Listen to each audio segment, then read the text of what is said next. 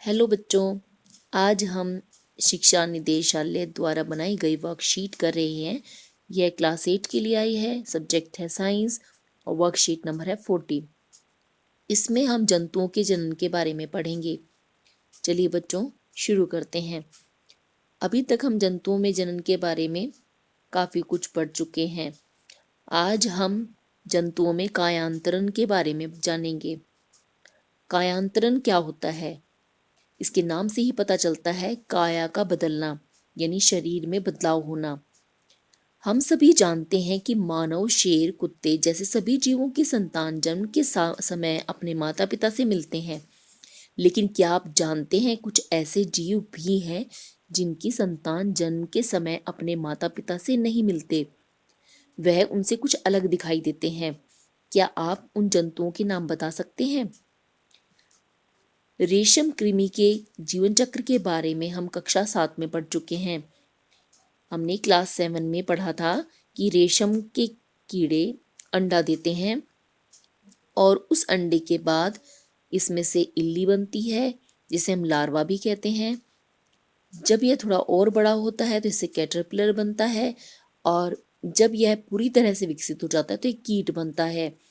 यहाँ पर रेशम का जो कीड़ा होता है वह ओस्का, इल्ली और प्यूपा, इन तीनों की ही संरचना बिल्कुल अलग होती है। यह देखने में बिल्कुल भी एक जैसे दिखाई नहीं देते और आपस में एक दूसरे से बिल्कुल भी मिलान नहीं रखते हैं।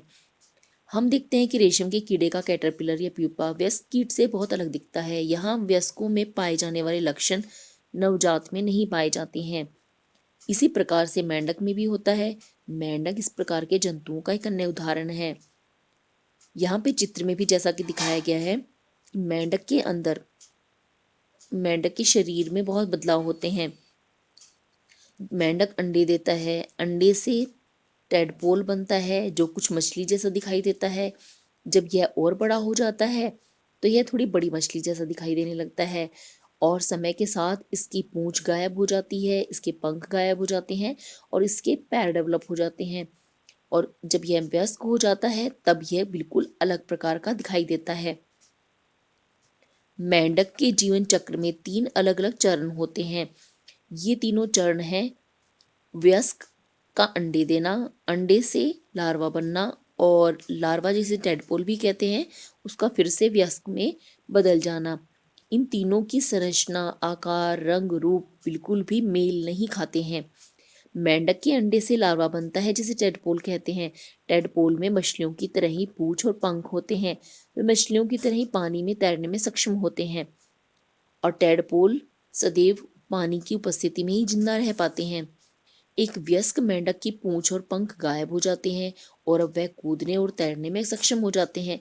अतः हम कह सकते हैं कि लार्वा का कुछ उग्र परिवर्तनों द्वारा वयस्क जंतु में बदलने की प्रक्रिया कायांतरण कहलाती है।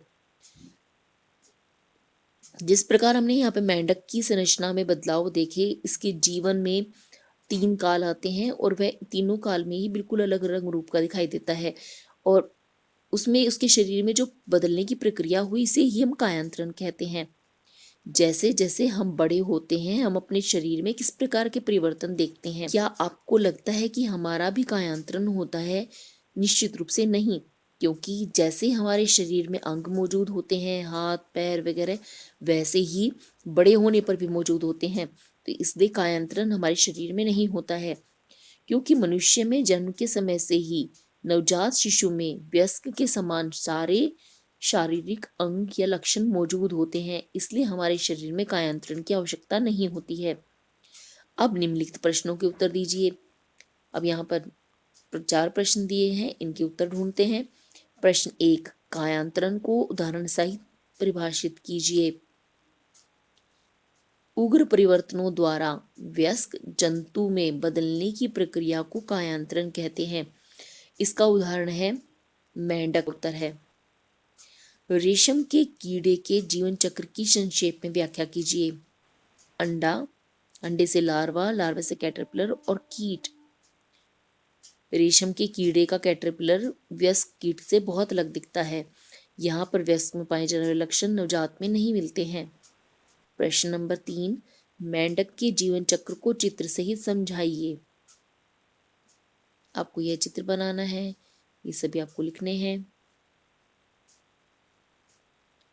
क्या मनुष्यों में कायांतरण होता है?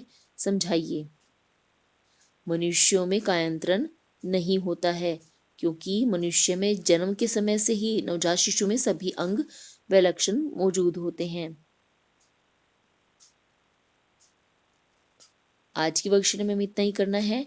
अगर आपको वर्कशीट समझ आई हो तो इसे लाइक करें, शेयर करें और चैनल को सब्सक्राइब करें। जल्द ही नेक्स्ट वर्कशीट के सॉल्यूशन के साथ मिलते हैं।